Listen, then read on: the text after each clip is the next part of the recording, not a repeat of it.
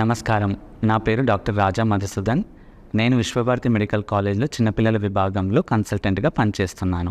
ఈరోజు మనం చిన్నపిల్లల్లో వచ్చే అతిసార వ్యాధి గురించి తెలుసుకోబోతున్నాం. మన దేశంలో 5 ఏళ్లలోపు పిల్లల్లో సంభవిస్తున్న మరణాలలో డయేరియా రెండో అతిపెద్ద కారణం. చిన్నపిల్లలలో సాధారణంగా వేసవి కాలంలో వచ్చే వ్యాధులలో డయేరియా ఒకటి. డయేరియా అనగా ఎక్కువ పరిమాణంలో తరచుగా నీళ్ళ విరోచనాలు అవ్వడము, దానితో పాటు జ్వరం, ఆకలి మందగించడము, వాంతులు అవ్వడము, ఏడ్చినా కన్నీళ్లు రాకపోవడము, దాహం ఎక్కువగా ఉండడము ఈ వ్యాధి యొక్క లక్షణాలు. కారణాలు: డయేరియా మామూలుగా 2 సంవత్సరాల కంటే చిన్నపిల్లల్లో రోటా వైరస్ అనే వైరస్ వల్ల వస్తుంది. అదే గనక బంక మరియు రక్తం పడితే దాన్ని డిసెంట్రీ అంటారు. డిసెంట్రీకి గల కారణాలు బ్యాక్టీరియా, ఈకోలై, షిగెల్లా, సాల్మొనెల్లా, ప్రోటోజోవాల్ అయిన జియార్డియా, ఎంటమోబా హిస్టోలైటికా ఇవి కారణాలు. అపరిశుభ్రతమైన వాతావరణం, కలుషితమైన నీరు, కలుషితమైన ఆహారం సేవించడం, మట్టిలో ఆడుకోవడం వల్ల ఈ క్రిములు అనేవి చిన్నపిల్లల్లో ఎక్కువ సంక్రమిస్తాయి.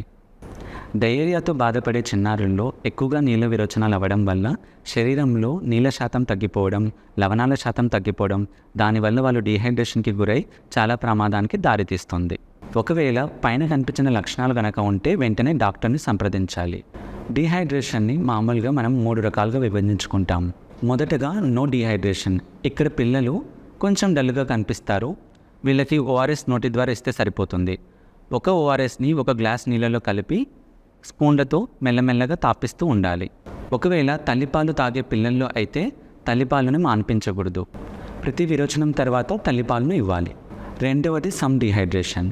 సమ్ డీహైడ్రేషన్ ఉన్నప్పుడు కనిపించే లక్షణాలు: కళ్ళు లోపలికి ఇంకిపోవడం, దాహం ఎక్కువగా అవ్వడం, పెదాలు ఎండిపోవడం, చిరాకుగా ఉండడం. పై కనిపించిన లక్షణాలన్నీ సమ్ డీహైడ్రేషన్లో కనిపిస్తాయి. దీనికి కూడా ఓఆర్ఎస్ ఇస్తే సరిపోతుంది. ప్రతి విరోచనం తర్వాత 200 ml ఓఆర్ఎస్ మనం నోటి ద్వారా ఇవ్వాల్సి వస్తుంది.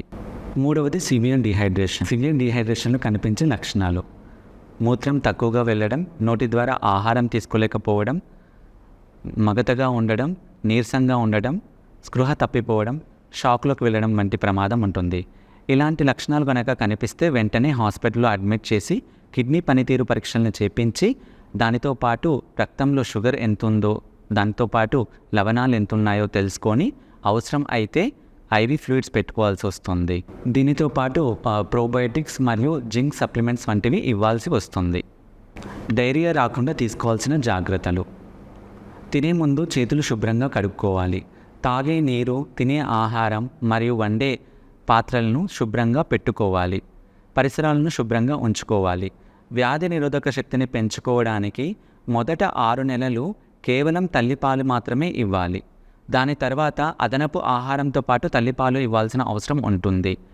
ముఖ్యంగా వైరస్ వల్ల వచ్చే డయేరియా, రోటా వైరస్, దీనికి టీకా ఉంటుంది. మన దేశంలో నీళ్ళ విరోచనాల సమస్యకు 30 నుంచి 40% రోటా వైరస్ అనే వైరస్ కారణం అవుతుంది. కాబట్టి పిల్లలకు 6, 10, 14 వయసు వారాలలో టీకాలు ఇవ్వడం చాలా ముఖ్యం.